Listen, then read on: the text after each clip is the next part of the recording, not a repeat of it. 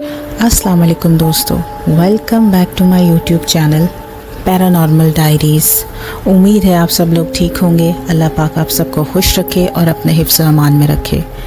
आज की कहानी जो हमें भेजी है वो भेजी है अवेज़ ने, और ये कहानी है उनके एक दोस्त की। तो उनकी कहानी हम उनकी ही ज़ुबानी सुनते हैं। ये कहानी मेरे एक दोस्त की है जो लाहौर का रहने वाला था। हम दोनों ने तकरीबन 10 साल एक साथ काम किया था, मगर जब हमारी कंपनी शट डाउन हो गई तो वो लाहौर चला गया और मैं कराची में ही अपना काम करने लगा। मेरा दोस्त लाहौर में एक छोटी मोटी जॉब कर रहा था, लेकिन उसको मज़ा नहीं आया, तो इसलिए उसने गाड़ी की वजह से online taxi service part time चलाना शुरू कर दी। धीरे धीरे उसने फुल टाइम करना शुरू कर दिया। लाहौर में ये होता है कि कभी कभी बहुत दूर दूर की राइड्स मिलती हैं, दूसरे शहरों तक की। मेरा दोस्त मोस्टली रात को गाड़ी चलाता था, क्योंकि गर्मी के दिन थे जब राइड्स नहीं होती थी, तो वो किसी होटल पे बैठ के चाय पीता और उसकी गाड़ी में हमेशा पानी स्नैक्स वगैरह होते थे। एक रात वो ऐसे ही एक होटल पे चाय पी रहा था जब उसको एक राइड मिली जो साहिवाल जा रही थी। राइड बहुत लंबी थी, इसलिए कई लोगों ने कैंसिल कर दी। जब उसने राइड एक्सेप्ट की तो फ़ौरन उसको एक आदमी की कॉल आया। वो कह रहा था, भाई प्लीज़ आप राइड कैंसिल मत करना, मेरी फैमिली साथ है, हम बहुत परेशान हैं। मेरे दोस्त ने सोचा चलो एक ही लंबी राइड कर लेता हूँ, छोटी छोटी राइड्स लेने से बेहतर है। उसने उस आदमी को तसल्ली दी और बोला, आप फ़िक्र मत करें, मैं आ रहा हूँ। जब मेरा दोस्त पिकअप लोकेशन पे पहुँचा तो देखा एक एजेड कपल था, एक लड़की थी जो अबाया पहनी हुई थी और एक उसका भाई लग रहा था। जब वो लोग गाड़ी की तरफ चल रहे थे तो मेरा दोस्त गाड़ी रिवर्स कर रहा था ताकि उनको पिक कर सके। उस वक्त उसकी नज़र उस लड़की की चाल पर पड़ी। वो कह रहा था, जब मैंने अपने मिरर से उसको देखा तो उसकी चाल पूरी तरह से मर्दों जैसी थी। मेरा दोस्त कह रहा था कि मैंने इग्नोर किया, सोचा हो सकता है उसकी चलने की आदत ऐसी हो, कोई बड़ी बात तो नहीं थी, इसलिए मैंने ज़्यादा सोचा नहीं और गाड़ी में बिठा लिया। जब वो लोग बैठ गए तो उन्होंने मुझे शुक्रिया अदा किया। आदमी कह रहा था, भाई बहुत शुक्रिया, हम यहाँ कब से खड़े थे, कोई राइड लेने को तैयार नहीं था। ये कोई जीटी रोड का रास्ता था जहाँ कभी कोई ट्रक कभी कोई बस आ रही थी, वरना रोड काफ़ी वीरान था। मेरा दोस्त कह रहा था, उसने मिरर से देखा बस यूं ही, क्योंकि लंबा सफ़र करना था। तभी उसकी नज़र उस लड़की पर पड़ी।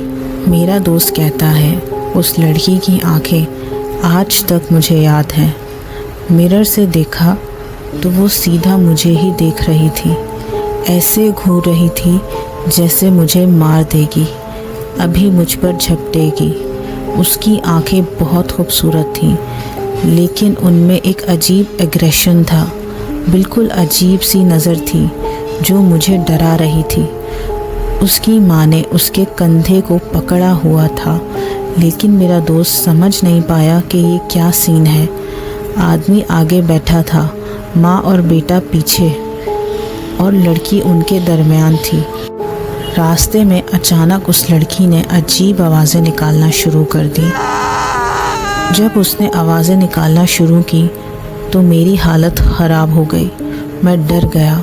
मैंने फ़ौरन अंकल से पूछा, ये क्या हो रहा है? उस वक्त रोड एकदम सुनसान थी। मेरे दोस्त ने घबराकर एक वीरान जगह पे गाड़ी रोक दी और तेज़ आवाज़ में पूछा, भाई ये सब क्या हो रहा है? अंकल ने बोला, बेटा कुछ नहीं, इसकी तबीयत ठीक नहीं है, हम इसका इलाज करवाने गए थे, तुम परेशान मत हो, बस गाड़ी चलाओ, कोई टेंशन मत लो, हम हैं तुम्हारे साथ। मेरा दोस्त कह रहा था कि उसका दिल नहीं मान रहा था, क्योंकि वो आधा सफ़र कर चुका था, लगभग 2-3 घंटे से गाड़ी चला रहा था। उसको महसूस हो रहा था कि कुछ गड़बड़ है, लेकिन उसने सोचा अब जब निकल ही चुका हूँ तो अल्लाह मालिक है, बस चलते रहो। लड़की थोड़ी देर के बाद फिर से वही अजीब आवाज़ें निकालना शुरू हो गई। मेरा दोस्त पूरा सफ़र टेंशन में रहा। उसने सुना कि जो मियाँ बीवी आपस में बात कर रहे थे, उनकी बातों से उसको एहसास हुआ कि ये किसी पीर या बाबा के पास गए थे। वो पंजाबी में बात कर रहे थे, लेकिन मेरा दोस्त समझ गया। उसकी माँ कह रही थी, ये फिर आ गया, बाबा ने समझाया था इसको। इसका मतलब था कि वो किसी चीज़ को रोकने की कोशिश कर रहे थे, लेकिन वो फिर से लौट आया था। मेरा दोस्त कह रहा था, मेरे लिए ये शॉकिंग था, लेकिन मियाँ बीवी बहुत परेशान हो गए थे। वो सोच रहे थे कि आपके वापस चलें या सीधा चलते रहें। फिर उन्होंने डिसाइड किया कि अब बहुत वक्त हो गया है, अब सीधा चलना बेहतर है। रास्ते में 8 से 8.5 घंटे गुजर गए। इस दौरान लड़की ने कई बार गाड़ी रुकवाई। कभी वो एकदम ऑपोजिट डायरेक्शन भागती, कभी उसका भाई पकड़ के लाता, कभी उसकी माँ रोकने की कोशिश करती, कभी वो अपने कपड़े फाड़ रही होती, कभी अजीब हरकतें करती। मेरा दोस्त कह रहा था, मैं पूरा सफ़र एक्सट्रीम टेंशन में था। आखिर मैंने अंकल से सीधा पूछा कि असल बात क्या है। तब अंकल ने सच बता दिया, बेटा इस लड़की पर एक नापाक जिन है, हम इसका इलाज करवाने गए थे। जब ये लोग अपनी डेस्टिनेशन पर पहुँचे तो वो जगह एक हवेली जैसी थी। उसका घर जो था माशाल्लाह अच्छा सा घर था। मेरा दोस्त कह रहा था कि जब उसने वहाँ राइड एंड की तो उसको थोड़ी तसल्ली हुई कि शुक्र है कि वो एक सेफ़ जगह पर पहुँच गया है। माँ, बेटा और वो लड़की अंदर चले गए। उनका बाप मेरे दोस्त के साथ ही खड़ा था क्योंकि उसने पेमेंट करनी थी। जब सब कंप्लीट हो गया तो अंकल बोले, बेटा एक बात बोलूँ, अभी रात का टाइम हो रहा है, तुम वापस जाओगे तो सुबह होने वाली है, तुम यहाँ ही सो जाओ। यहाँ एक बैठक है, वहाँ आराम कर लो, सुबह नाश्ते के बाद आराम से निकल जाना। मेरा दोस्त पहले ही बहुत ज़्यादा डरा हुआ था। रास्ते के हालात ऐसे थे कि उसको अकेले वापस जाने में भी डर लग रहा था।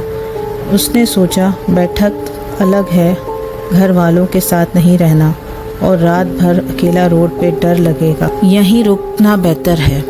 उसने अंकल की ऑफ़र एक्सेप्ट कर ली।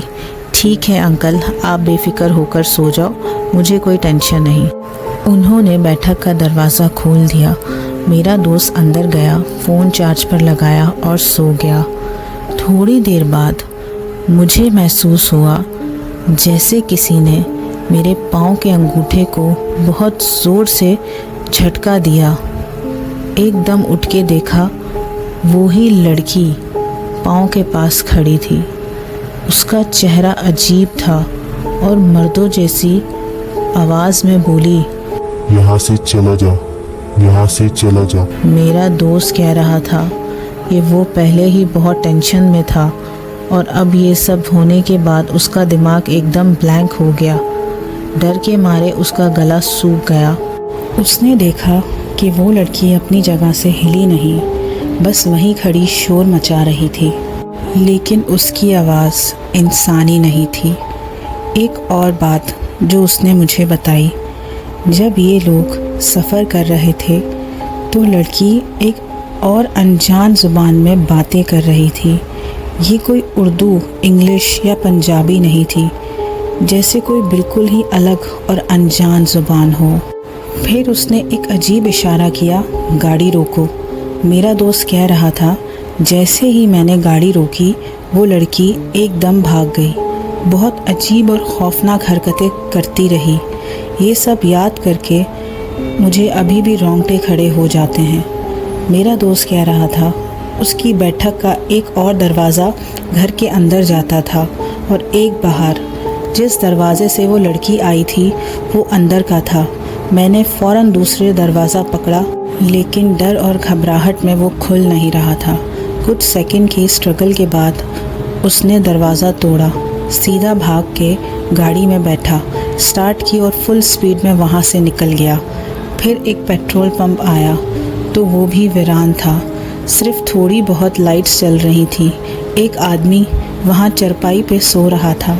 मुझे थोड़ा सा सुकून महसूस हुआ। मैंने सोचा चलो यहाँ थोड़ा सा पीसफुल माहौल है, यहीं पे थोड़ी देर आराम कर लेता हूँ। मैंने गाड़ी एक साइड पे खड़ी की और फिर वही गाड़ी में सो गया। सुबह जब उठा तो गाड़ी स्टार्ट की और निकलने लगा, लेकिन जैसे ही मैंने गाड़ी देखी तो एक अजीब बात नज़र आई। मेरी गाड़ी के चारों तरफ हाथों के निशान थे। मैं ये देख के एकदम शॉक हो गया। गाड़ी के शीशे, बोनट और दरवाज़ों पे बिल्कुल वाज़ेह पंजों के निशान थे, जैसे किसी ने रात भर हाथ फेरा हो। मुझे समझ नहीं आया ये सब कैसे हुआ, क्योंकि मैं बहुत दूर तक सफ़र करके आया था। पूरे 8 घंटे का सफ़र। गाड़ी में मिट्टी और डस्ट लगी हुई थी, लेकिन ये निशान बिल्कुल फ्रेश और साफ़ थे। मैंने सोचा बीच रात को यहाँ कोई इंसान तो नहीं था, तो ये निशान कैसे और कहाँ से आए। इस वाक़ये के बाद मेरा दोस्त बहुत डर गया। उसका कहना था कि जब भी कोई नई राइड मिलती तो बिना वेरीफाई किए नहीं लेता, पहले लोकेशन और लोगों की कंफर्मेशन लेता, फिर डिसाइड करता कि जाना है या नहीं।